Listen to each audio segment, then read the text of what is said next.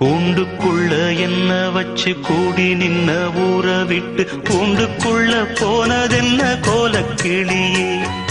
கூண்டுக்குள்ள என்ன வச்சு கூடி. மகா, எப்படி இருக்க? நான் இல்லைன்னு ஃபீல் பண்ணாத, நான் உங்க கூட தான் இருக்கேன்.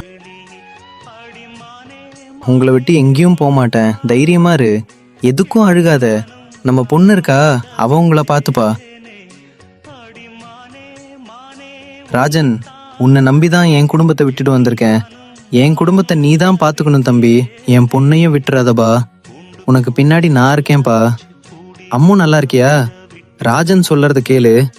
ராஜன், மரியாதை இல்லாம பேசாத அம்மு.